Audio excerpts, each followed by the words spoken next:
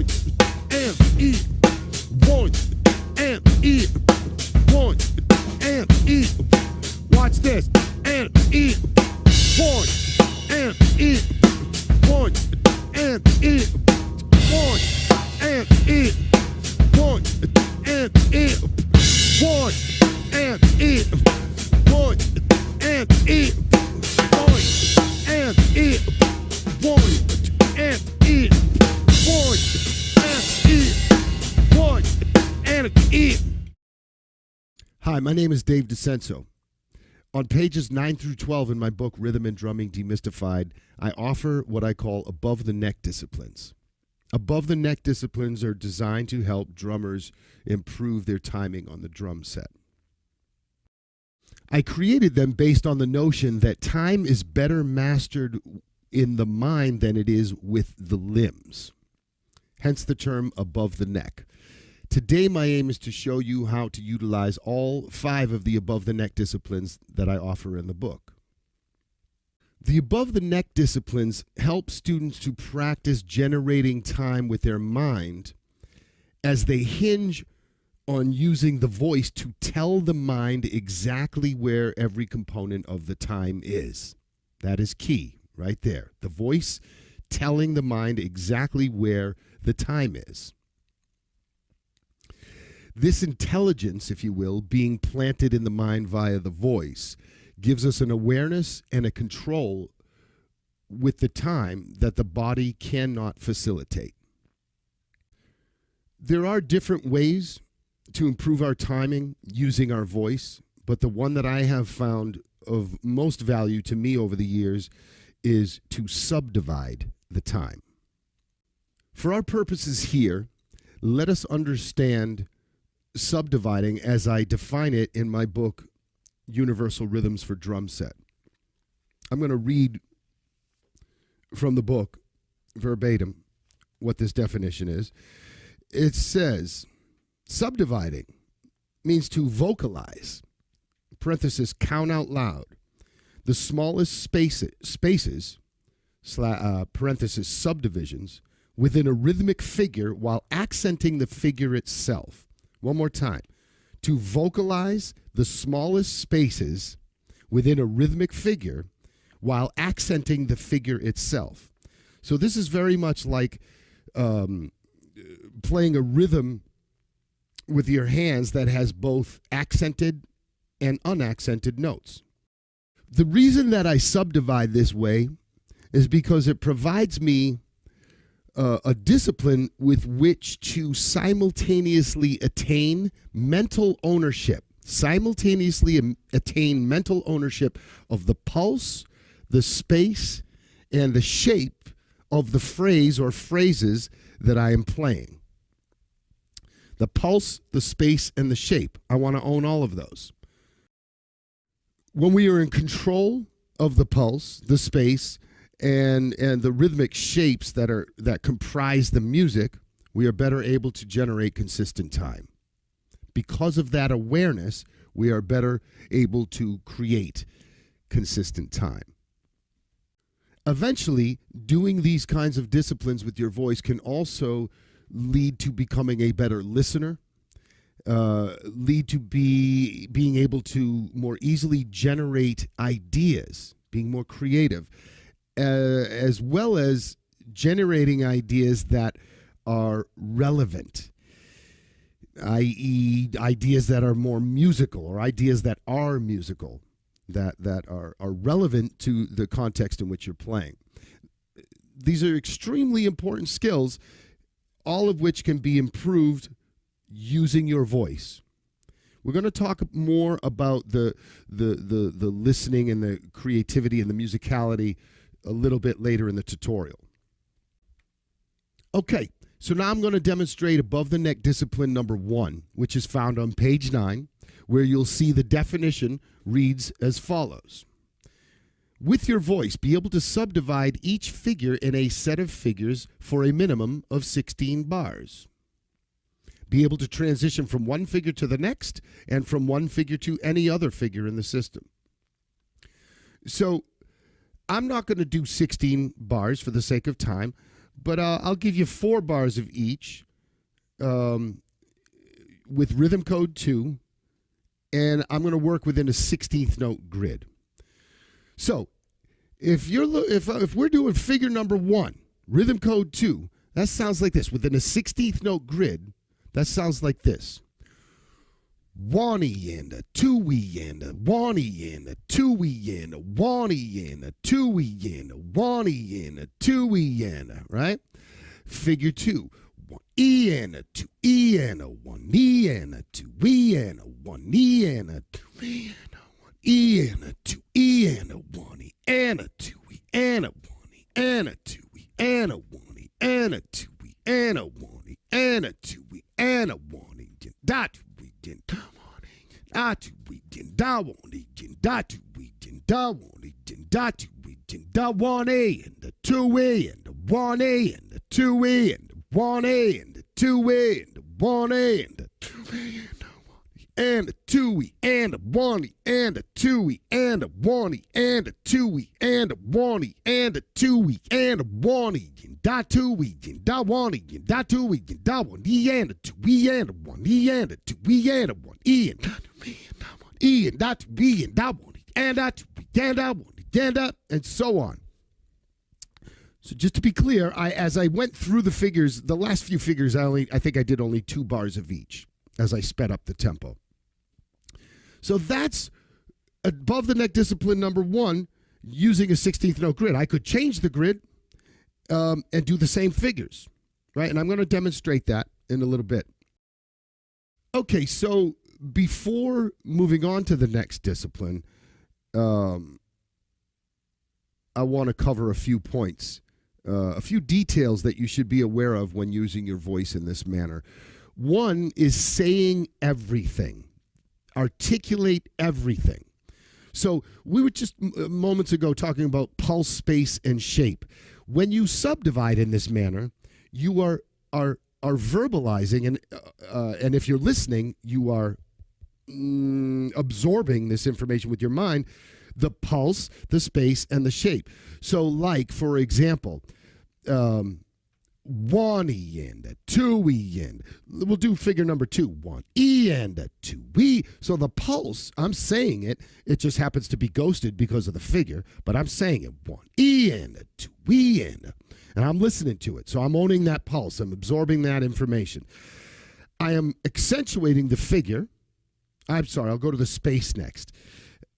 So I'm saying the space, the pulse, and I'm saying all the space in between the pulse as well, while accentuating the shape, which is the figure, the emphasis, the shape of the phrase that you're doing. Okay, so I hope you understand that. That is the pulse, space, and shape. I'll give you one more example. Say figure number 3. 1E and a 2E and a 3E and a 4E and a 1E and a, right? You hear the pulse, you hear the space, and you hear me accentuating that shape. That's pulse, space, shape awareness. Listen to it all. Okay, another point that's very important is to give your voice a legato feel versus staccato. Legato versus staccato. You want to give it a long sound. Here's staccato. 1E and a 2E and a 3E and you're sort of holding the air in versus legato. 1E and a 2E, full voice. 1E and a 2E and a 1E and a 2E and a E and a 1E and a not 1E and a 2E and a. Sounds funny, but a lot of people will do that when they first start subdividing, when they first start utilizing this kind of discipline. Extremely important point to cover is breathing. So you saw me doing this, but I want to explain it. Essentially, when I run out of air, I inhale, and I count under my breath, if you will. So here I am running out of breath. 1E and a 2E and a 1E and a 2E and a 1E and a 2E and a 1E and a 2E and a 1E and a 2E and a 1E and a 2E and a 1E and a 2E and a. Seems pretty simple, but once you get it, it is kind of simple. It's bit challenging too, to be able to breathe and use your voice in a constant manner. It's a bit of a challenge. So, to put it as simply as possible, when you will run out of air, inhale, take more air in, keep your voice moving. It will turn into a whisper, but you listen, and you'll still be aware of the time, and the pulse, the meter will not be affected because you're gasping for air. I would recommend trying not to take short little intakes of air, because then you're going to have nothing really in your lungs, and you're going to need that next inhalation very quickly. So one more time. One-y in, a two-y in, a one-y, a two-y in, a one-y in, a two-y in, a one-y in, a two-y in, a one-y in, a two-y. I actually can hold my breath for a long time. I kind of control it with my diaphragm, which I learned from taking a few vocal lessons.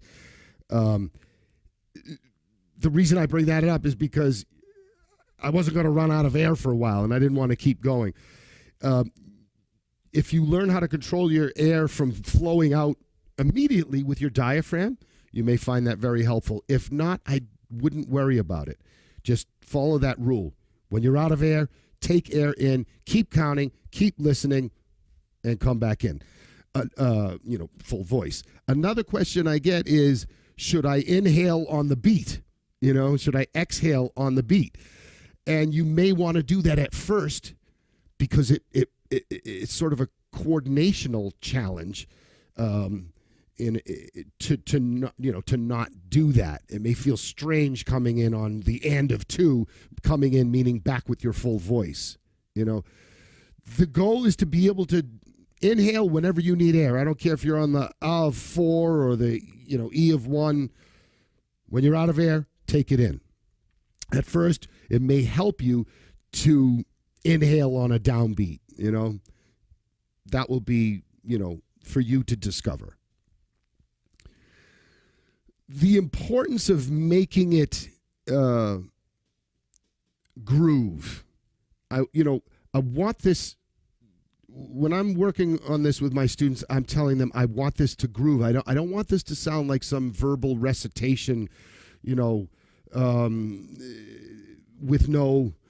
It's got to have a pocket. It's got to have a forward momentum. You want to develop a comfort level, a level of grace with this. And if you've never used your voice, you will most likely, like most people that I've come across, you will struggle. It's kind of another limb. It's like putting a stick, in this brand new limb and expecting that limb to work as well as your other limbs that have had sticks in their hands all these years. There will be a period of time where you will need to adjust to the challenge of using your voice and getting it to groove. I want my students to come into my class and as if there's no drum set there, and I'm like, okay, groove me, baby. Make me feel something. This is, you don't need drums to do that. Last point, then we'll move on. The importance of what I call grid jumping. When you work on a set of figures like Rhythm Code 2, don't necessarily do it in just one grid. Like I did Rhythm Code 2 in a 16th note grid. You can also do that rhythm code in a swung 16th note grid or a 16th note triplet grid, right? So explore your options for grids. 16th note triplet grid. If I'm doing figure 1 rhythm code 2, that sounds like this. One of the end of the tune of the end of the one of the end of the tune of the end of the one of the end of the tune of the end of the one of the end of the one of the end of the tune of the end of the one of the end of the tune of the end of the one of the end of the tune of the end of the one E and the 2 E and the 1 E and the 2 E and the end of the tune of the end of the one of the end of the tune of the end of the grid jumping. Don't stay on one. Well, stay on one grid until you've got it happening, and then jump grids. So now that you understand how to use above the neck discipline number 1, please understand that you can apply it to all of the figures in rhythm codes 1 through 5, as well as all of the figures that you'll find in the groove applications, which are found in the groove lessons, which are all the even numbered lessons. Okay? Please be patient with this. It's not meant to be rushed through. It's actually a lot of work. What I just offered, what I just encouraged, it's a lot of work. Be patient, be diligent, and I like to tell my students, imagine you are mastering these rhythms with a newly discovered limb, and this limb can talk to your mind and tell it exactly where the time is. It's kind of cool, you know? I sure think so anyway.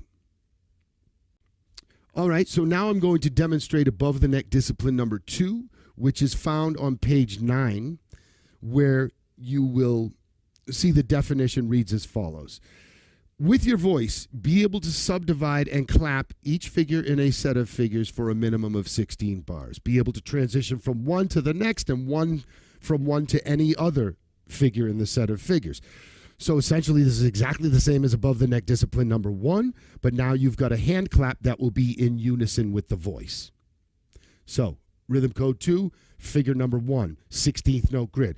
1E in a 2E in a 1E in a 2E in a 1E in a 2E in a number 2, 2E and a 1 E and a 2 E and a 1.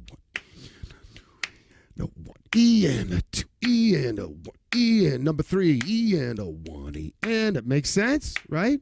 You go through the whole set of figures like that, you're in unison. You might be wondering, well, what's the point of that? You know, I mean, that's easy to do, right? If you can count it, and you can, well, the point of it is we just went below the neck. Now we're starting to tie in what's below the neck to what's above the neck. And this is the easiest way to do it, you know. So that's why this discipline exists.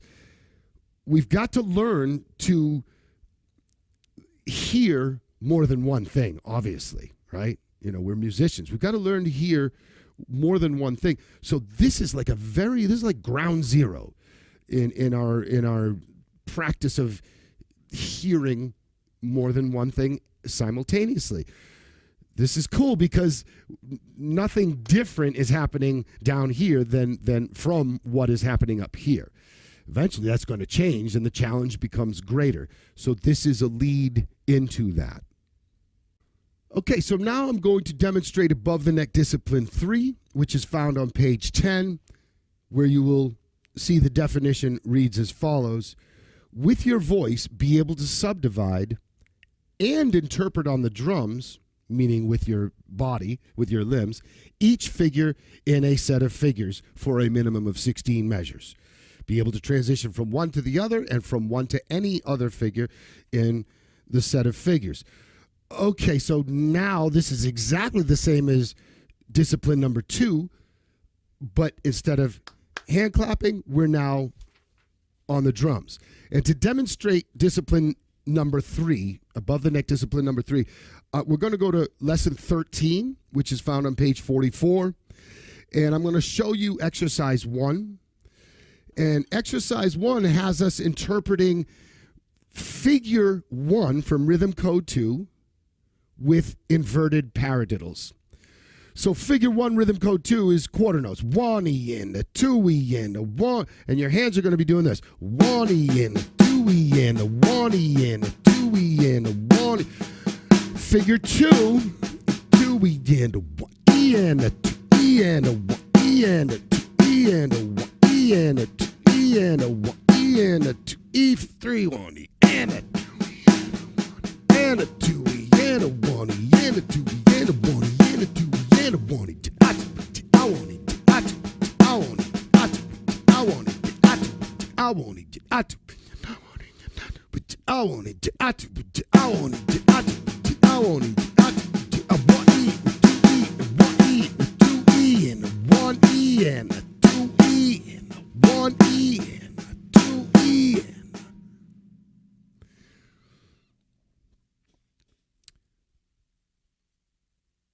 That's discipline number 3, voice and drums in unison. I'm going to show you one more example of that with a groove-based lesson. We're going to turn to page 46 and go to lesson 14, and that would sound like this. Figure number 1, rhythm code 2, so it's still that same quarter note figure, 1 E and a 2. And if you look in the book, the interpretation of that figure with the drum set is this. Sorry.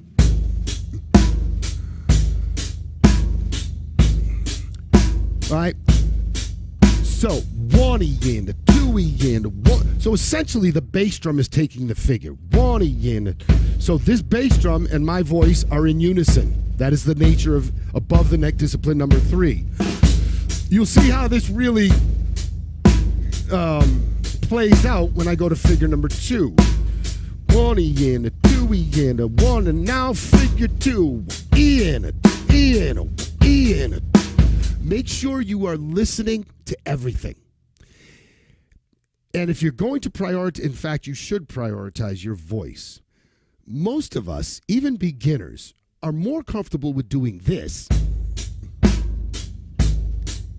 than they are doing this. 1 E and a 2 E and a 1. Way more comfortable than doing this. 1 E and a 2 E and a 1 E.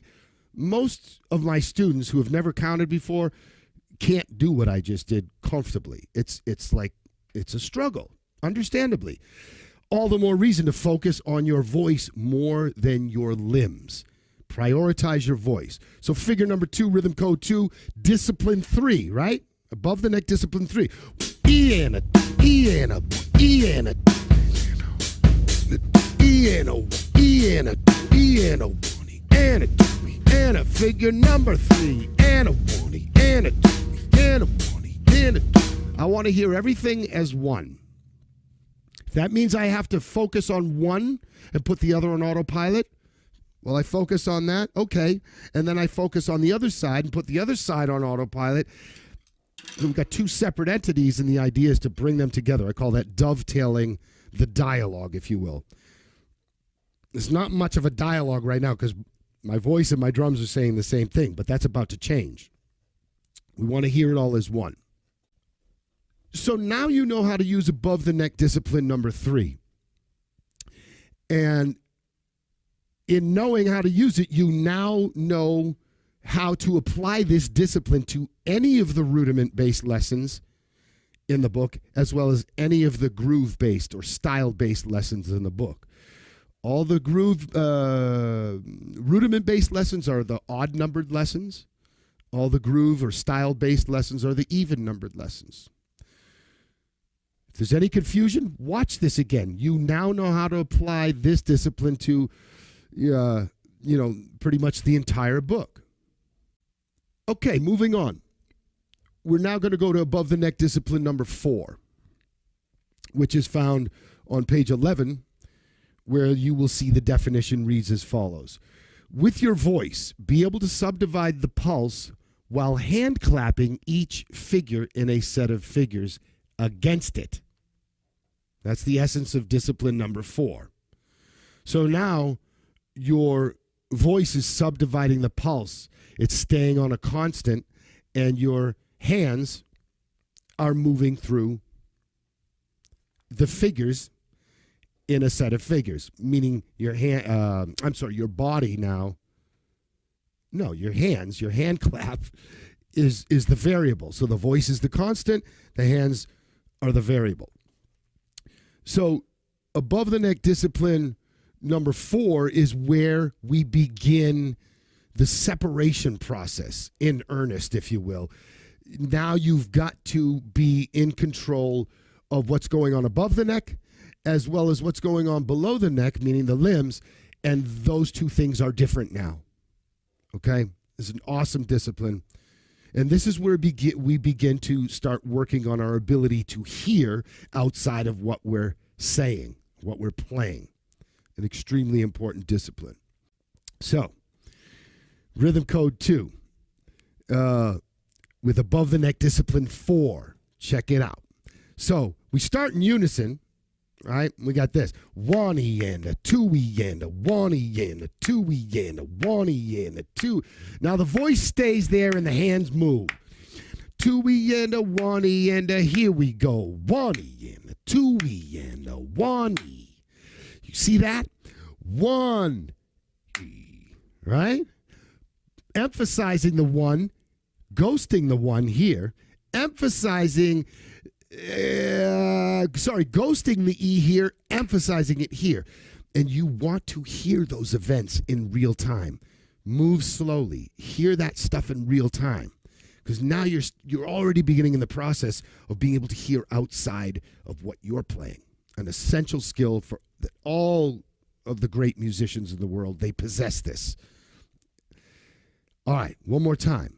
Discipline number 4, rhythm code 2, figure 1 going into figure 2. One-y and a two-y and a one-y, two-y and a one-y and a two-y and a one-y and a two-y and a one-y and a two-y and a one-y. This may seem simple, and for some of you, it may be. But it's not as simple as it seems. You got to pay attention to a lot of stuff, even with a relatively simple discipline like that. Yeah, that's not crazy advanced, but harder than you think if you're paying attention to everything, which you should be, or you're not getting the maximum benefit from these disciplines. All right, folks, so here we go on to above the neck discipline number 5. This is found on page 11, where you'll see the definition. Actually, it's not. It's found on page 12, where you will see the definition reads as follows. With your voice, be able to subdivide the pulse while playing now each figure in a set of figures against it. So now we're back to the drums, and now we are countering the voice with the drums. Remember to prioritize the voice. Remember to dovetail this information. Hear it all at the same time.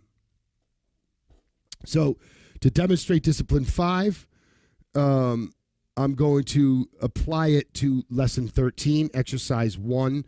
I'll move to exercise 2, and then you'll really see the nature, the essence of this discipline.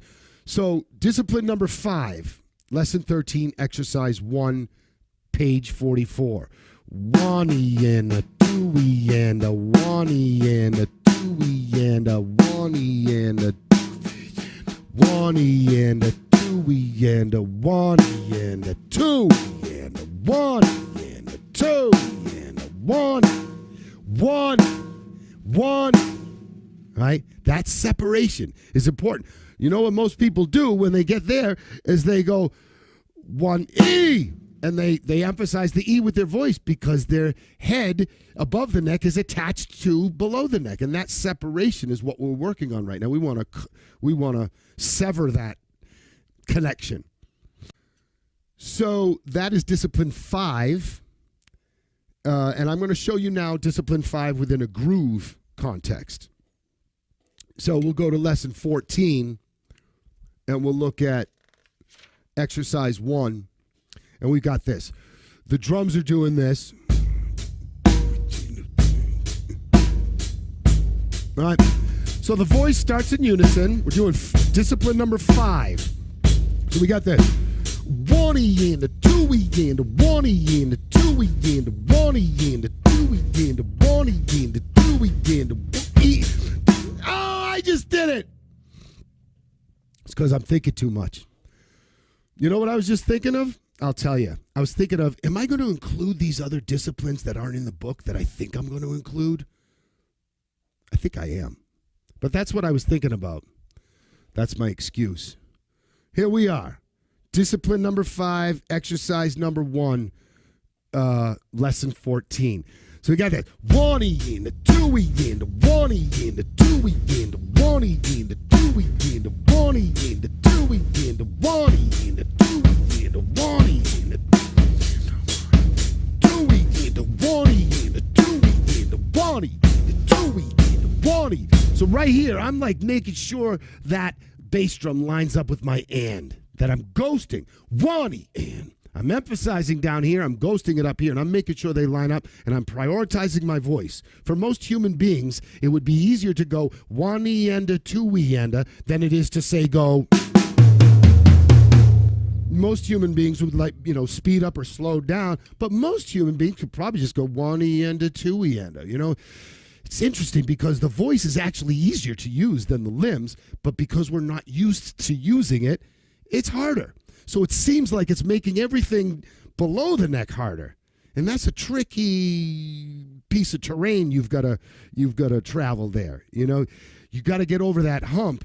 At first, the tool that I'm offering, subdividing, is going to make your life harder. And eventually, it's going to make your life easier. So you want to do it? You've got to ask yourself, do you want to take the chance? You want to invest the time? I would highly suggest it, obviously.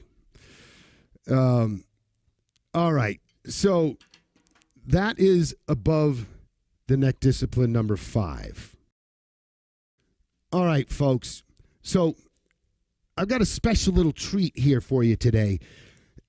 There are 2 disciplines that aren't in the book that I want to share with you that are very important. And the reason I didn't include them in the book is because I honestly felt like it would be too much, like too many pages of, what to do and how to do it in the front of the book before the student actually gets to doing this stuff. And I didn't want to scare people away, before they even get to the actual work. They're like, this is too much. I'm not even going to. I'm not going to do that. I'm not going to buy this book. I'm not going to use this book. So I left them out, for better or for worse. Here they are. This is how I want you to think about it. Discipline 4, above the neck discipline 4, has the voice as the constant and the hand clap as the variable, right? The voice on the pulse, the hand clap taking the various figures in a set of figures. I want to reverse that. We're going to call this discipline 4A. Discipline 4A would have you clap the pulse and have your voice move through the figures. This is harder for like 99% of the students I've ever put this in front of than the reverse, than discipline 4, right? So here's 4A. 1E and a 2. So rhythm code 2, right? 1E and a 2E and a 3E and a 4. I'm counting in 4. 3 for no in particular reason. 1E and a 2E and a 3E and a 4E and a E and a E and a E and a E and a E and a E and a E and a E. So a very natural occurrence that I see with students is when they get to the E, instead of going E and a E and a E, they go like E and a 1. And the hand follows the voice. This is the separation we're working on. And this is improving your listening. And when you're improving your ability to listen outside of what you're saying, you're improving your ability to create, because what you're hearing can inform what you want to say. And if you're listening, what you say will be relevant, so you'll be playing more musically. These are hugely beneficial skill sets that come from doing these types of disciplines with the voice. So that's discipline 4A. Hang on an ostinato with your hands and move through the figures with your voice. Don't move that hand as the voice travels. Okay, so I'm going to show you this last discipline, that the second one that is not offered in the book, and we're going to call this discipline 5A because it is related to discipline 5. Discipline 5 has the voice articulating the pulse while the drums move through figures as variables, right? And now we're going to reverse that. So the drums take the pulse, the voice moves through. And again, reversing this is harder for almost everybody. So if you struggle with this one, you're not alone. So we can apply discipline 5 to both rudiment-oriented exercises as well as style or groove-oriented exercises. I'm going to show you a rudiment-based exercise. We'll go back to lesson 13. Exercise 1 sounds like this. So the voice would be 1E and a 2E and a 1E and a 2E and a 1E and a 2E and a 1E and a 2E. Now the hands are going to stay the same and the voice is going to move. So now we got 2E and a, here we go. 2E and a, E and a, E and a, E and a, E and a, E and a, E and a, E and a, E and a, E and a, E and a. Get it? I was about to screw up, so I stopped and asked you if you got it, because I want to make sure you're paying attention. You weren't paying attention to me about to screw up. All right. I want to give you a couple of examples of this. This is a fun discipline that I like to do, just playing straight time and counting through different figures. In fact, I'll use lesson 14, step 4, the figures in step 4, which are the groove applications on page 47. And I'll start on figure number 1. 1 and a 3. 1 and a 3. 1 and a 3. Number 2 is coming up. Here we go. 1 and a E. 1 and a E. 1 and a E. 1 and a E. Go through all those figures, for example, in step 4, lesson 14. And when you do that, imagine that those figures that you're verbalizing are your bass player or a guitar player or somebody else in the band, and you're just holding down the time for them, listening. Very, very useful skill, very useful practice, I should say, to develop your hearing. A little advanced version of that. Check this out. So I'm going to just place down here. So instead of 1, 2E, 1E, now I got this. 1, 2, 1, 2. Now I'm going back to figure number 1. In step 4, lesson 14. 1, 2, and 3. 1 and 3. 1 and 3. 1, 2, and 3. 2 and 4. 1 and 3. 1 and 3. 1 and 3. 1 and 3. 1 and 3. 1 and 3. 1 and 3. 1 and E. Watch this. And E. 1 and E. 1 and E. 1 and E. 1 and E. 1 and E. 1 and E. 1 and E. 1 and E. 1 and E. 1 and E. So before we close this out, I want to cover a few more points worth talking about. Number 1, as you're working with the above the neck disciplines, I encourage you to keep this simple protocol in mind. The mind generates the time and sends the time signal to the body. The body receives the signal from the mind and carries out the mind's orders. This is the way we naturally operate in life. And so it makes sense to me that we would apply this to developing our time. You know, if I drop this stick on the floor, my right arm doesn't say pick that stick up. My mind does. You know, this is the ruler. This is the master. This is where the intelligence is. The intelligence, you know, in my opinion, is not in here. The muscles don't really know anything except for what the mind tells them. So why would we put the limbs in charge of the time? You know, that's kind of the question I'm asking. I'm posing to students. And I, in my teaching experience, I have found that a lot of students are doing just that. They're generating their time with their limbs with not a strong enough conception of the time.